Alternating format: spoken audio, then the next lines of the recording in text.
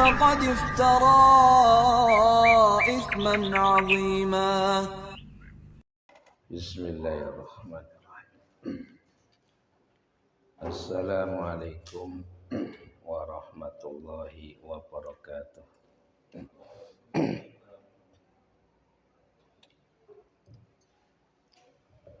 Alhamdulillah Rabbil Alamin. Wa bihi nasta'in ala umurid dunya waddin. Wassalatu wassalamu ala nabiyyina Muhammadin wa ala alihi wa ashabihi ajma'in, amma ba'du. Allahumma 'allimna ma jahilna wanfa'na bima 'allamtana wa zidna ilman nafi'an ya rabbal alamin. Ikhwani wa akhwati fillah, azanallahu wa iyyakum. Alhamdulillah, pada pagi hari ini Allah Subhanahu wa taala masih memberikan kesempatan kepada kita untuk thalabul ilmi. Mudah-mudahan kita mendapatkan barokah ilmu yang bermanfaat. Kita lanjutkan pembahasan hadis di dalam kitab Umdatul Ahkam, masih di dalam kitab Al-Janaiz, yaitu hadis yang ke-163 dari Ummul Mukminin Aisyah radhiyallahu anha.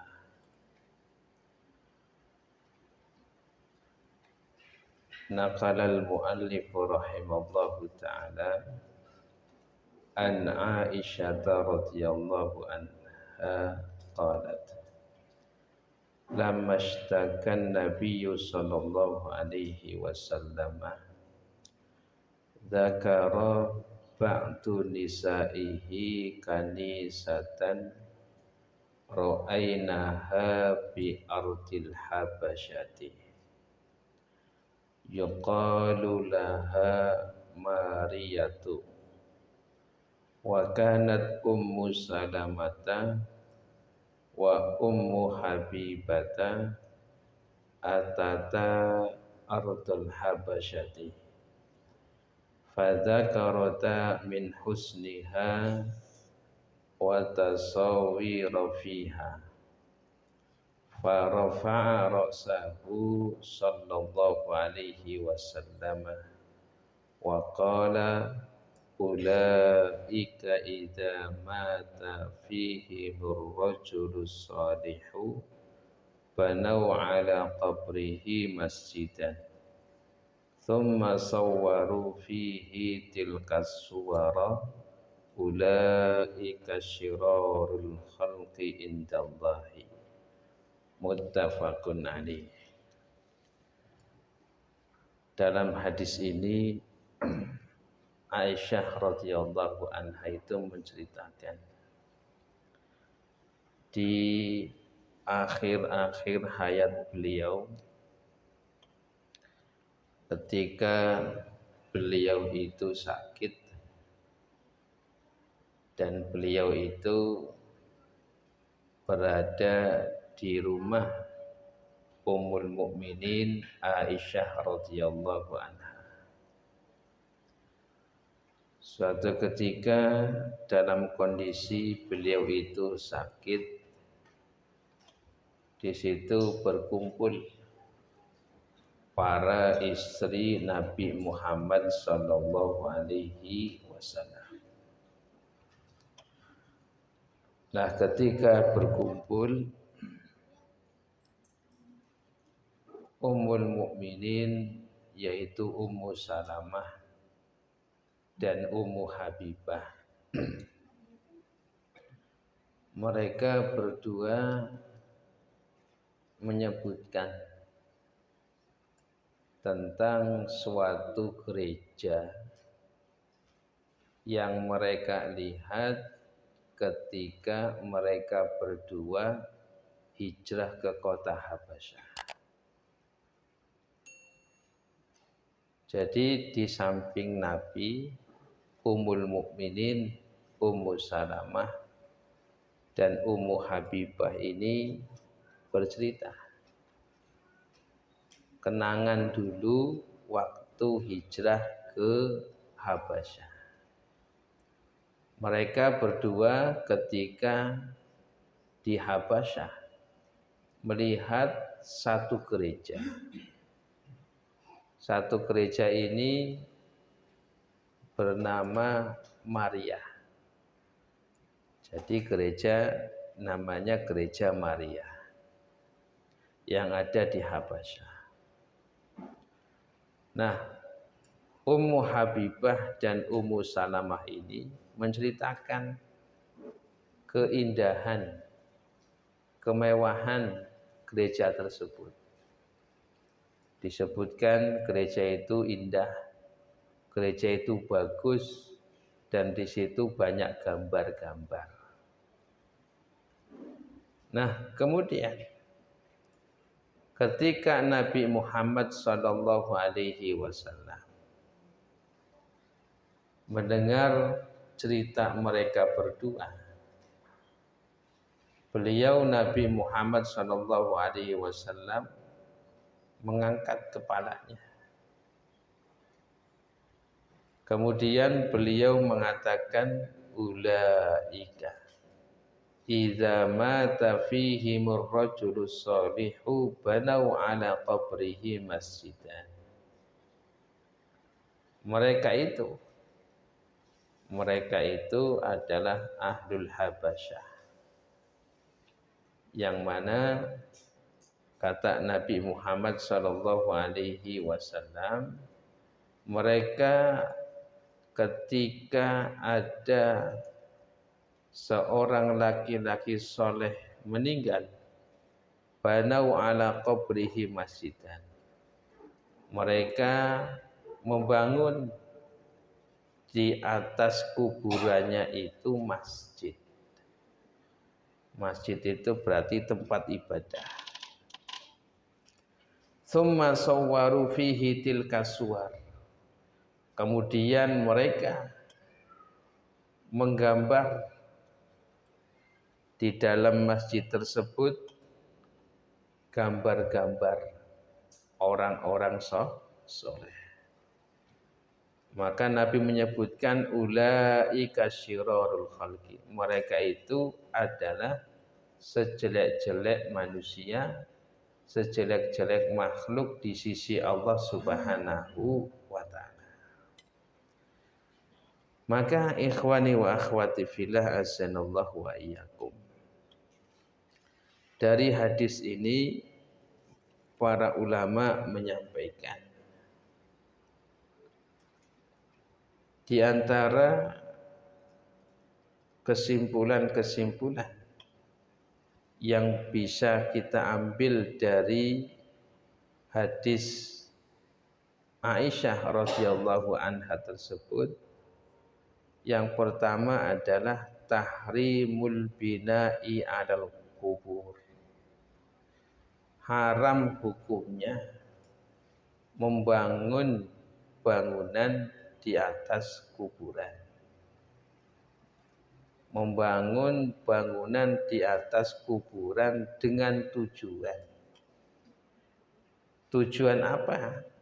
Tujuan untuk sholat di situ, untuk iktikaf di situ, untuk minta doa di situ.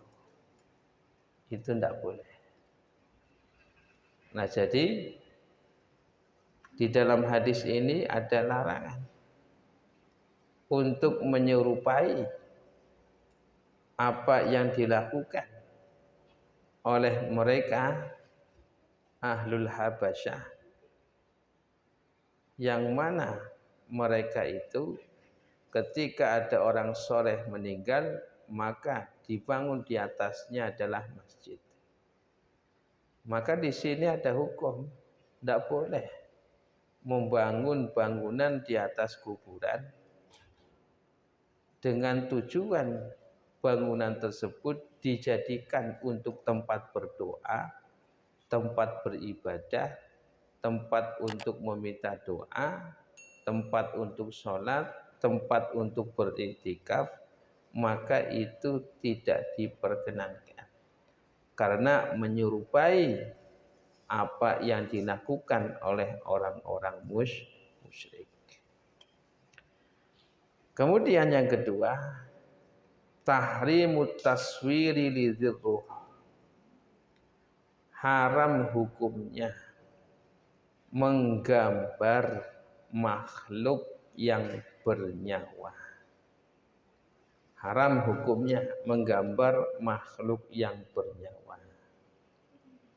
Maka Nabi Muhammad SAW menyebutkan mereka Ahlul Habasyah ketika ada orang soleh meninggal, maka mereka itu menggambarnya dan mereka itu memajangnya. Mereka menggambar, mereka memajangnya dengan tujuan mengagungkan orang soleh itu. Nah, maka di sini ada hukum, tidak boleh, haram hukumnya seseorang itu menggambar makhluk yang bernyawa. Ya, makhluk yang bernyawa. Meskipun ada ketentuan dari para ulama. Makhluk yang bernyawa, kemudian gambarnya itu sempurna. Gambarnya sempurna, yang digambar adalah makhluk yang bernyawa, maka ini haram hukumnya. Nah, meskipun ada sebagian kalau memang tidak sempurna, yang menjadikan ya makhluk tersebut apa? Kalau memang jadi, maka tidak bisa hidup. Contoh, misalnya ada gambar, ya kemudian lehernya itu nggak nyambung dengan apa? Dengan badannya, maka itu tidak masalah. Kenapa? Kalau makhluk nggak nyambung lehernya, nggak bakalan bisa hidup. Nah, maka sebagian ulama ada yang mengatakan demikian. Jadi tidak sempurna. Misalnya orang yang gambar, ya kemudian matanya tidak ada, hidungnya tidak ada, tidak masalah. Nah, atau misalnya perutnya terputus, tidak sempurna, itu tidak mengapa. Yang dilarang adalah apa? Menggambar dengan sempurna, dan gambar itu adalah gambar dari makhluk yang bernyawa. Nah, kemudian ikhwani wa akhwati fillah azanallahu wa iyyakum. Apa yang dilakukan oleh Ahlul Habasyah, yang mana mereka itu ketika ada orang soleh meninggal, kemudian mereka membangun di atas kuburan orang soleh tersebut masjid, kemudian mereka menggambar orang-orang soleh tersebut untuk dipajang, maka perbuatan ini yang Allah menjadikan mereka itu adalah sebagai makhluk yang paling buruk, manusia yang paling buruk di sisi Allah Subhanahu wa ta'ala. Kemudian dari hadis ini juga para ulama menyampaikan, ini adalah kesempurnaan nasihat Nabi Muhammad sallallahu alaihi wasallam. Karena beliau meskipun dalam keadaan sakit, beliau dalam keadaan berbaring di pangkuan Aisyah radhiyallahu anha.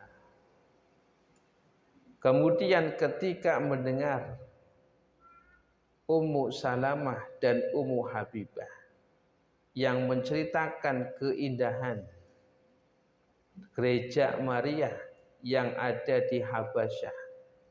Kemudian menceritakan tentang gambar-gambar yang dipajang, maka Nabi mengingatkan, Nabi menasihatkan meskipun dalam keadaan sakit. Ini bentuk kepedulian Nabi, bentuk rasa kasih sayang Nabi kepada umatnya, supaya umatnya itu tidak terjerumus ke dalam perkara yang menjadikan mereka masuk ke dalam larangannya Allah. Makanya Nabi Muhammad sallallahu alaihi wasallam itu memiliki sifat yang sangat mulia. Allah Subhanahu wa taala menyebutkan, laqad ja'akum rasulun min anfusikum azizun alaihi ma anittum harisun alaikum bil mu'minina raufur rahim. Ini kesempurnaan Nabi Muhammad sallallahu alaihi wasallam. Laqad ja'akum, telah datang kepada kalian wahai kaum muslimin, rasulun, seorang rasul, min anfusikum, dari jenis kalian, dari kalian yang mempunyai sifat bagaimana? Azizun alaihi ma'anittum, sangat merasakan kesusahan yang menimpa kalian. Jadi ketika umat Islam, kaum muslimin tertimpa kesusahan, Nabi pun ikut merasakan. Harisun alaikum, dan Nabi itu menginginkan kebaikan kepada kalian wahai kaum muslim. Nabi itu tidak ingin umatnya ini terjerumus ke dalam kesalahan. Nabi itu ingin umatnya itu tidak terjerumus ke dalam dosa. Dan Nabi ingin supaya umatnya ini tidak terjerumus dalam kesyirikan dan kekufuran. Makanya di antara kepedulian Nabi, Nabi dalam keadaan sakit pun masih mengingatkan, wahai Ummu Habibah, wahai Ummu Salamah, wahai kaum muslimin, ingat apa yang dilakukan oleh mereka yang menjadikan di atas kuburan orang soleh sebagai masjid, dan mereka menggambar gambar-gambar dari orang-orang soleh. Maka itulah yang menyebabkan Allah menjadikan mereka itu sebagai makhluk yang paling buruk. Raufun rahimun bil mu'minina raufur rahim, dan sangat penyantun dan sangat kasih sayang kepada orang-orang yang beriman. Nah, kemudian ikhwani wa akhwati fillah, azanallahu wa iyyakum. Kemudian pada hadis yang 164, Nabi Muhammad sallallahu alaihi wasallam pun mengingatkan,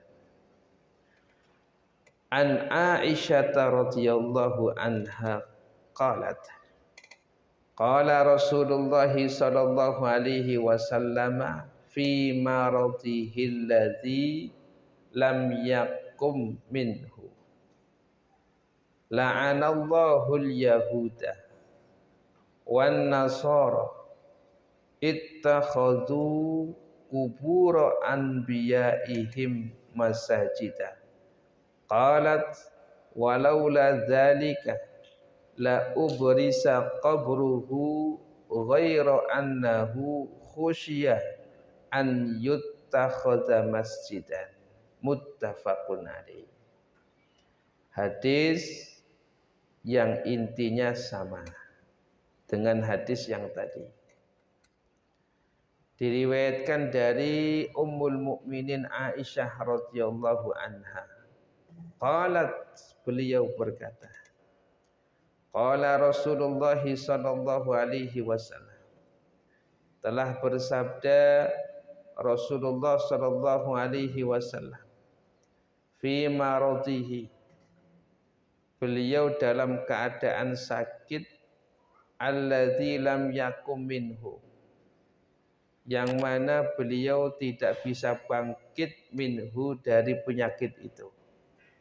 Artinya Nabi itu bersabda dalam keadaan sakit yang mengantarkan beliau kepada kematian atau wafat.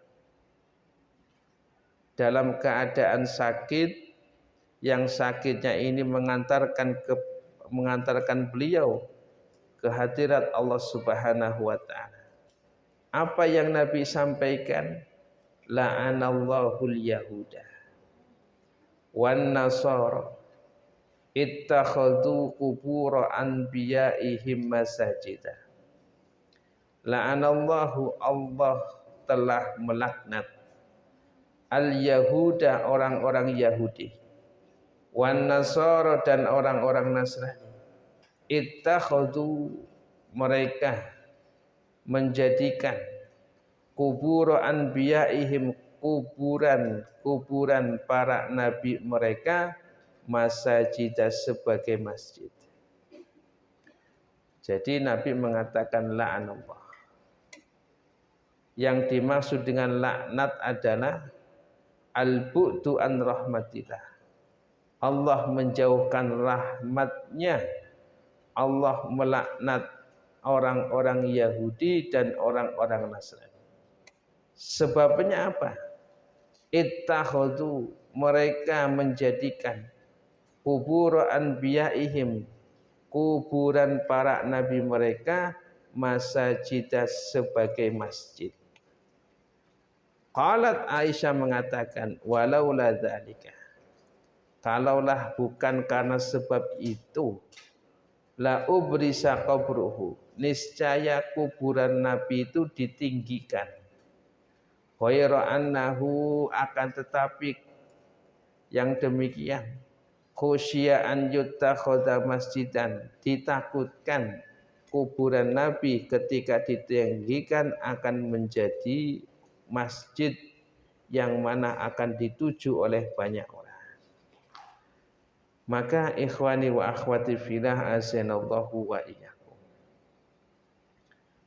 perbuatan orang-orang Yahudi, perbuatan orang-orang Nasrani yang menjadikan kuburan para nabi sebagai masjid. Bagaimana kuburan itu dijadikan sebagai masjid? Kuburan mereka jadikan tempat untuk meminta-minta. Kuburan dijadikan tempat untuk beribadah. Kuburan dijadikan sebagai tempat untuk tawasul kepada orang-orang yang sudah meninggal.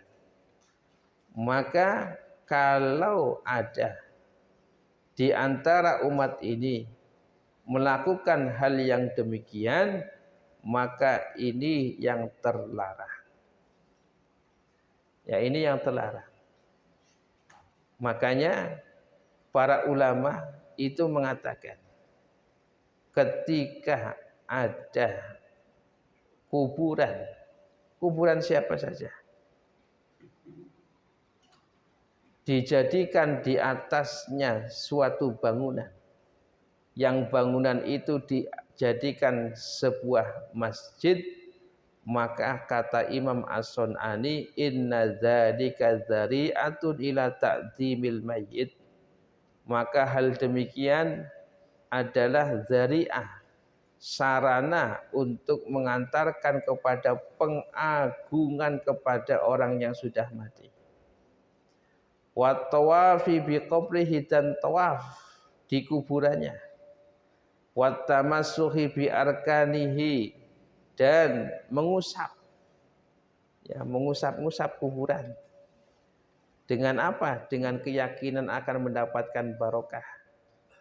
wanidai bi ismihi, dan memanggil dengan nama si mayit, ai wali fulan, wahai wali fulan, iqti hajatana, tolong ya sampaikan, selesaikan, kabulkan hajat kami. Maka beliau mengatakan wa hadhihi bid'atun azimah, dan ini adalah sebuah kebid'ahan yang besar, ammatid dunya, yang menjalar, yang menyebar ke seluruh pelosok bumi. Wa abadan nasul kubur, sehingga manusia itu menyembah kuburan. Wa adzamuha, dan mereka mengagungkan kuburan, bil masyahidi, dengan perayaan-perayaan, wal kubabi, dan kubah-kubah. Wa zatu ala fi'lil jahiliyah, bahkan melebihi apa yang dilakukan oleh orang-orang jahiliyah. Fa asrajuha, dan mereka memberikan lampu kepada bangunan tersebut. Wa ja'alu laha nasiban min amwalihim, dan mereka menginfakkan sebagian dari harta-harta mereka. Ini yang terjadi di umatnya Nabi. Ya, jadi kuburan itu mereka jadikan apa? Ya, di atasnya itu bangunan, ada kubahnya, dan di situ dijadikan untuk iktikaf, meminta doa, ya. Kemudian mereka bertawasul kepada orang yang mati, maka ini secara hukum adalah haram, tidak diperbolehkan. Kemudian yang kedua, barang siapa yang melakukan apa yang dilakukan oleh orang-orang Yahudi dan Nasrani, maka mereka termasuk mengikuti apa yang dilakukan oleh Yahudi dan Nasrani, maka mereka adalah bagian daripada orang Yahudi dan Nasrani tersebut. Man tasyabbaha biqaumin fahuwa minhum. Barang siapa yang menyerupai suatu kaum, maka mereka itu bagian dari kaum tersebut.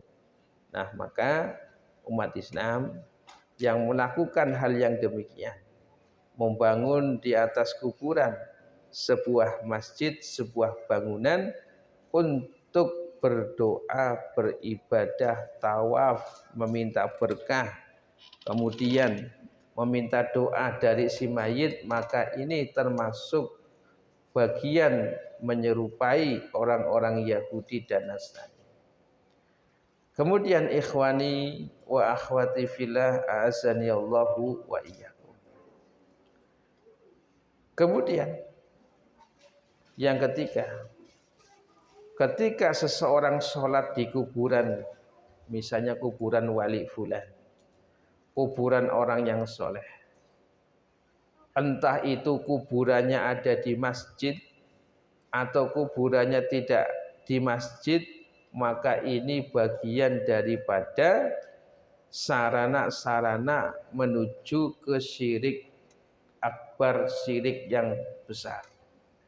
Maka hal ini diharamkan. Dan kemudian yang keempat, ketika Aisyah mengatakan walaula dzalika, kalaulah tidak adanya demikian, niscaya kuburan Nabi itu ditinggikan. Sekiranya tidak ditakutkan kuburan Nabi itu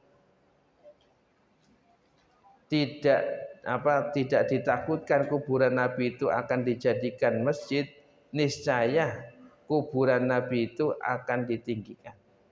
Akan tetapi karena ditakutkan nanti kuburan Nabi akan dijadikan masjid, dijadikan tempat yang dituju untuk meminta doa, maka kuburan Nabi itu tidak ditinggikan. Dan inilah Allah Subhanahu wa taala menjaga kuburan Nabi Muhammad sallallahu alaihi wasallam sehingga tidak dijadikan sebagai masjid. Ya, karena apa? karena ini adalah penjagaan dari Allah Subhanahu wa taala. Nah, kemudian apa yang disampaikan oleh Nabi bahwasanya la'anallah, Allah melaknat al-yahuda, orang-orang Yahudi, wan nasara, dan orang-orang Nasrani, ittakhadhu, mereka menjadikan kubur anbiyaihim, kuburan para nabi mereka, masajida, sebagai masjid. Ini adalah wasiat di antara wasiat-wasiat Nabi yang terakhir, yang menjadi pedoman bagi seluruh kaum muslimin, supaya tidak menjadikan kuburan siapapun sebagai masjid.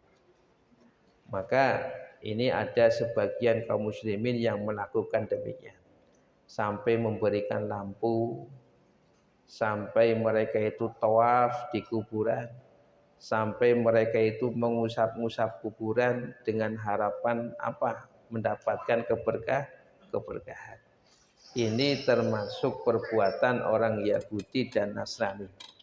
Nah, kemudian hadis yang ke-165, hadis yang terakhir di dalam kitab Al-Janaiz.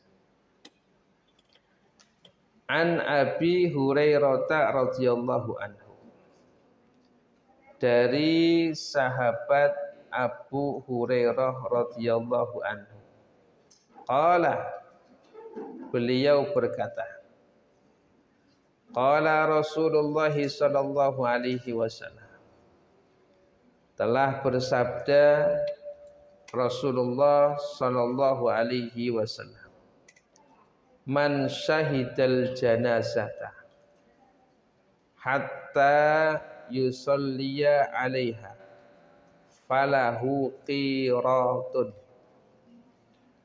Man syahida, barang siapa yang menyaksikan al janazata, jenazah, hatta yusalliya, sampai dia salat 'alaiha, sampai dia menyolatinya, falahu qiratun, maka dia akan mendapatkan pahala 1 qirat.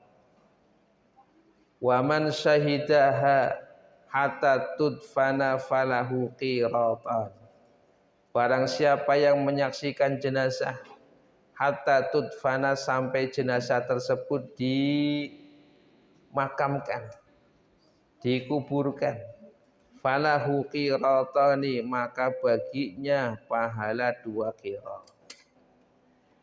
Nah, ini hadis menerangkan pahala orang yang menyaksikan jenazah. Artinya kalau ada orang meninggal, kemudian kita datang, nah, untuk menyaksikan. Nah, kemudian datangnya kita, menyaksikannya kita, sampai kita itu melakukan sholat jenazah, maka akan diberi pahala oleh Allah 1 qirat. Kalau misalnya setelah sholat kita tidak mengantarkan ke kuburan, dihitung pahala 1 qirat. Nah, kemudian ketika kita datang, kita menyaksikan jenazah, kemudian kita itu menyolatinya, sampai kita itu mengantarkan ke pemakaman, sampai kita menyaksikan jenazah itu dikuburkan, sampai selesai menguburkan, maka kata Nabi akan mendapatkan pahala 2 qirat. Nah, kemudian ada sahabat bertanya, wa mal qiratan, wakila wa mal qiratan, wahai Nabi, pahala 2 qirat itu berapa? Qala mislul jabalainil azimaini, itu sama seperti 2 gunung yang besar. sama seperti dua gunung yang besar. Nah, di riwayat Muslim diterangkan asgharuhuma mislu jabalin Uhud. Yang paling kecil di antara keduanya itu seperti gunung Uhud. Ya, kalau yang sudah pernah menyaksikan ke tanah haram, umroh ataupun haji itu bisa menyaksikan besarnya gunung Uhud. Nah, kata Nabi, kalau menyaksikan sampai menyolati 1 qirot. Kalau datang sampai mengantarkan jenazah, sampai jenazah itu dikuburkan, maka pahalanya 2 qirot. 2 qirot, 2 gunung yang besar. Yang salah satu yang paling kecil di antara keduanya itu seperti gunung Uhud. Nah, maka di sini menunjukkan keutamaan kita mendatangi, menyaksikan jenazah sampai kita menyolati, sampai kita itu menguburnya.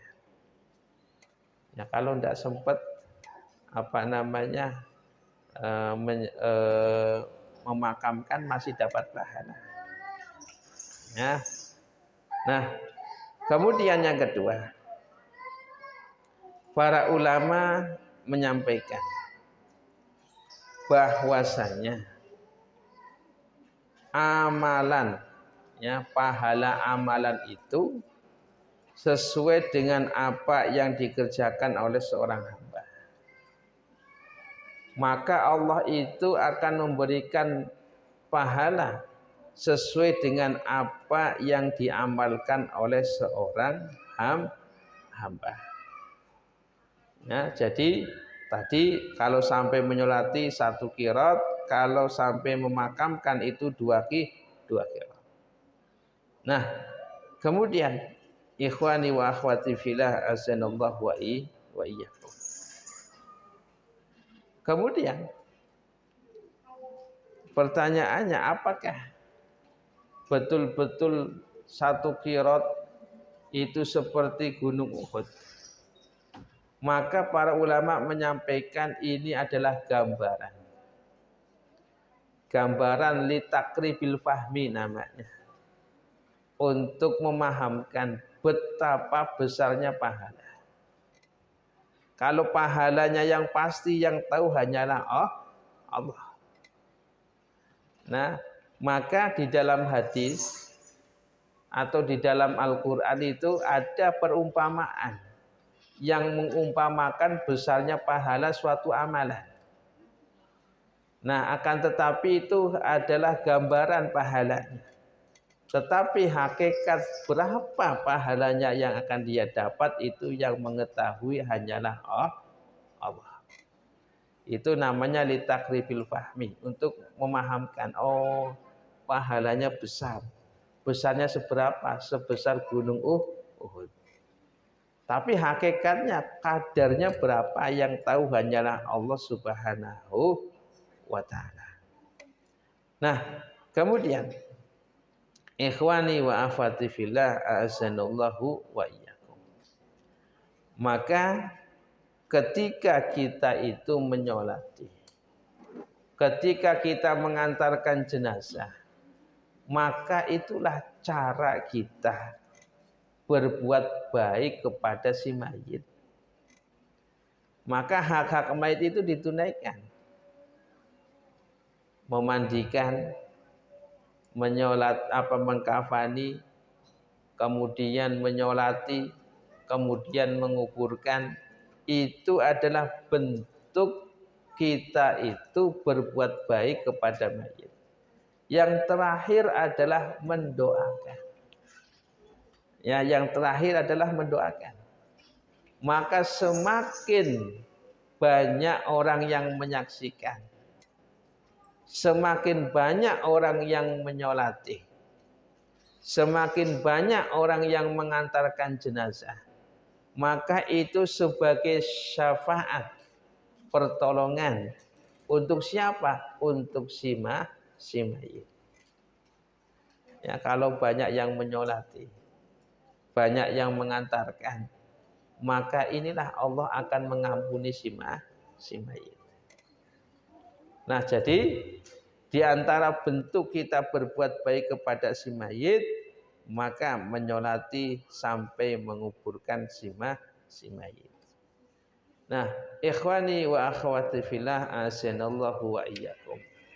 Maka hadis yang 165 selesai, kita selesai dari Kitabul Janaiz.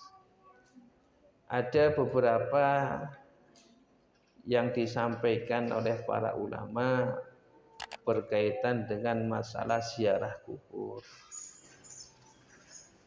Sebagaimana yang disebutkan oleh Syekh Ibnu Taimiyah rahimallahu taala. Ziarah kubur itu ada dua. Yang pertama ziarah syar'iyah dan ziarah bid'iyah. Ziarah yang sifatnya syar'i dan ziarah yang sifatnya bid'ah. Ziarah yang sifatnya syar'i adalah ketika seseorang itu berziarah dengan niatan untuk memberikan ucapan salam kepada si mayit. Dan juga dengan ziarah tersebut dia memaksudkan untuk mendoakan si mayit. Jadi dua. Mengucapkan salam kepada si mayit dan juga mendoakan si mayit, itu adalah ziarah syar'iyah. Nah, makanya ketika kita memasuki pemakaman atau pekuburan, maka itu disunahkan untuk membaca doa. Assalamualaikum ahlad diyari minal muslimina wal mu'minin wa inna insyaallahu bikum lahiqun wa yarhamullahul mustaqdimina minkum wal mustakhirin nas'alullaha lana wa lakumul afiyata Allahumma la tahrimna ajrahum wa la taftinna ba'dahum waghfir lana wa lahum. Ini salah. Nah, ini dihafalkan, ini termasuk bagian sunnah Nabi Muhammad sallallahu alaihi wasallam. Jadi memaksudkan dengan ziarah mengucapkan salam kepada si mayit dan juga untuk mendoakan si mayit. Nah, adapun yang kedua, ziarah bid'iyah. Ziarah kubur yang sifatnya bid'ah adalah apa yang disampaikan oleh Ibnu Taimiyah rahimallahu taala, seperti sengaja menuju kuburan para anbiya dan orang-orang soleh untuk sholat di pekuburan tersebut, berdoa di sisi kuburan tersebut, dan juga berdoa dengan tawasul kepada orang yang sudah mati, dan juga meminta hajat dari orang yang sudah mati. Nah, kemudian mereka beristighosah dengan orang yang sudah mati, dan inilah termasuk bagian daripada apa? Ziarah kubur yang sifatnya bid'ah. Jadi kalau ziarah kubur itu hanya dua niatnya, niat memberikan salam, niat untuk apa? Mendoakan si mayit. Nah, ini. Kemudian ikhwani wa akhwati fillah, azanallahu wa iyyakum. Kita masuk kitab zakah. Ya, kita masuk pembahasan tentang kitab zakat. Nah, sebelum masuk pada hadis, saya akan memberikan muqaddimah yang berkaitan dengan masalah zakat. Yang pertama adalah pengertian zakat. Pengertian zakat. Az-zakatu lughatan, zakat secara bahasa. Itu artinya an-nama'u. An-nama artinya berkembang. Wa tadhiru, dan menyucikan. Jadi an-nama wa tadhir. Artinya yang namanya zakat secara bahasa itu adalah az-ziyadah wa thaharah. Artinya suci dan artinya bertambah. Itu zakat menurut bahasa. Jadi an-nama'u yang artinya berkembang atau ziyadah. Az-zakatu artinya thaharah, artinya suci. Kemudian menurut istilah syariat ada banyak definisi. Ya, ada banyak definisi. Akan tetapi saya ambil definisi yang disebutkan oleh Ibnu Qudamah di dalam kitab Al-Mughni.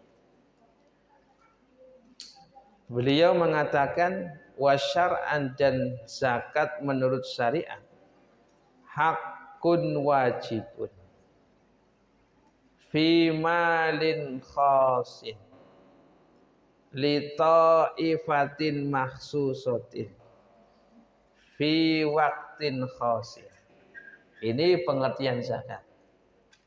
Zakat itu adalah hakun wajibun, hak yang wajib dikeluarkan. Hakun wajibun, hak yang wajib dikeluarkan. Fi malin khasin, pada harta yang khusus. Jadi tidak semua harta itu ada zakatnya. Tidak semua harta itu ada zakatnya. Nanti ada pembahasan mana harta-harta yang memang wajib dizakati. Nah, sekarang pertanyaannya, rumah itu harta bukan? Tanah harta bukan? Sekarang ada zakatnya enggak rumah itu? Tanah ada zakat enggak tanah itu? Nah, nanti kita bahas apakah tanah ada zakatnya, rumah ada zakatnya. Kendaraan yang kita pakai itu harta bukan? Ya, mobil yang kita pakai harta, motor yang kita pakai harta. Nah, apakah ada zakatnya? Nanti kita bahas. Ya. Nah, maka para ulama itu membahas yang dinamakan akor. Akor itu seperti apa? Ya, benda yang tidak bisa dipindahkan yang dimiliki, seperti tanah, rumah. Itu tidak ada zakatnya. Ya, kendaraan ada zakatnya? Enggak ada zakatnya. Nah, maka insya Allah kita akan bahas. Maka di sini katakan fi malin khasin, pada harta yang khusus. Li ta'ifatin makhsusin, diberikan kepada orang atau sekelompok orang yang khusus. Itu namanya al-mustahiqun, orang-orang yang berhak menerima zakat. Harta yang wajib dikeluarkan, hak yang wajib dikeluarkan dalam harta yang khusus untuk orang-orang yang khusus fi waktin khasin, pada waktu yang khusus. Itu dinamakan dengan zakat. Nah, kemudian yang kedua, kedudukan zakat di dalam Islam. Kedudukan zakat di dalam Islam, zakat itu adalah salah satu rukun dari rukun-rukun Islam. Salah satu rukun dari rukun-rukun Islam. Maka hadisnya sudah ya dihafal. Bunyal Islamu ala khamsin. Syahadati alla ilaha illallah wa anna Muhammadar Rasulullah wa iqamis salati wa ita'is zakati wa saumi ramadhana wa hajjul baiti man istata'a ilaihi sabila. Ada hadis lagi mengatakan wal haji wa saumi ramadhana. Ala kulli hal, zakat itu adalah salah satu rukun dari rukun-rukun Islam. Ini kedudukan zakat di dalam Islam. Nah, kemudian ikhwani wa akhwati fillah azanallahu wa iyyakum. Maka ada yang namanya hikmatut tasyri'. Hikmatut tasyri'. Maka di dalam pensyariatan suatu syariat, Allah Subhanahu wa taala memiliki hikmah-hikmah tersendiri. Ada hikmatun ma'lumatun, hikmah yang memang diketahui. Ada yang hikmatun ghairu ma'lumatin, ada hikmah yang tidak diketahui oleh manusia. Ada hikmah yang diketahui oleh manusia, ada hikmah yang tidak diketahui oleh manusia. Itu namanya hikmatut tasyri'. Nah, di antara hikmah tasyri' disyariatkannya zakat, para ulama menyampaikan az-zakatu ibadatun maliyatun. Zakat itu adalah ibadah dalam bentuk harta. Kan ada ibadah dalam bentuk badaniyah, badan. Ya, ada ibadah dalam bentuk maliyah. Ada ibadah maliyah wal badaniyah seperti haji. Ya. Nah, maka zakat itu adalah al-ibadatul maliyah. Ibadah dalam bentuk harta. Wabiha, dan dengan zakat tersebut yanmul malu, harta itu akan tumbuh, harta itu akan berkembang fil hayati dunya, di dunia ini bil barokati, dengan keberkahan. Jadi harta ini akan bertambah keberkahannya dengan zakat. Ini yang pertama. Artinya harta yang disakati akan bertambah keberkahannya dari Allah Subhanahu wa taala. Kemudian yang kedua, az-zakatu taharatun minal bukhli wasyuhi wat tama'i. Zakat itu merupakan tohara, mensucikan diri, minal bukhli, dari bakhil, wasyuhi. Kalau syuhi itu apa namanya, syiddatul bukhli itu. Kalau bahasa Jawanya apa? Kakaknya bakhil apa?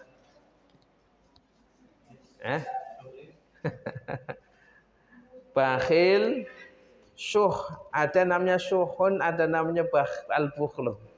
Kalau bukhlu dengan asyuhu lebih beratan asyuhu. Makanya Allah menyampaikan wa may yuqashuha nafsihi faulaika humul muflihun.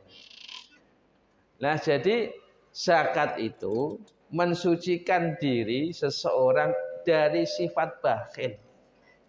Wasyuhi, medit, ya. Syiddatul bukhli, artinya apa? Kakaknya bakhil. Wattomai, dan ketamakan. Dengan zakat tersebut orang itu bisa mensucikan diri dari bakhil. Nah, jadi bakhil itu adalah sifat dasar manusia. Tidak dipungkiri, semua orang itu punya sifat bakhil. Kalau orang tidak punya sifat bakhil itu pasti nggak bisa menjaga hartanya.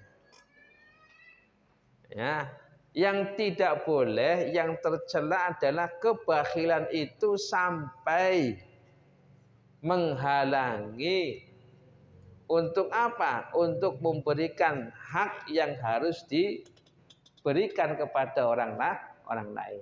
Itu yang tercela. Nah, seseorang itu punya sifat bakhil. Ya, setiap orang punya sifat bakhil. Untuk apa? Untuk menjaga hartanya. Akan tetapi yang tercela adalah ketika sifat bakhil itu sampai menghalangi diberikannya hak yang harus diberikan. Ini bahaya yang tercela. Nah, maka ya ikhwani wa akhwati fillah, yang kedua, zakat itu mensucikan diri dari sifat bakhil dan sifat tamak dan mungkin. Sudah ada. Ya? Cepat sekali, subhanallah. Baik, kita akhiri. Ya, subhanakallahumma bihamdika asyhadu an la ilaha illa anta astaghfiruka wa atubu ilaik. Assalamualaikum warahmatullahi wabarakatuh. ومن يشرك بالله فقد افترى إثما عظيما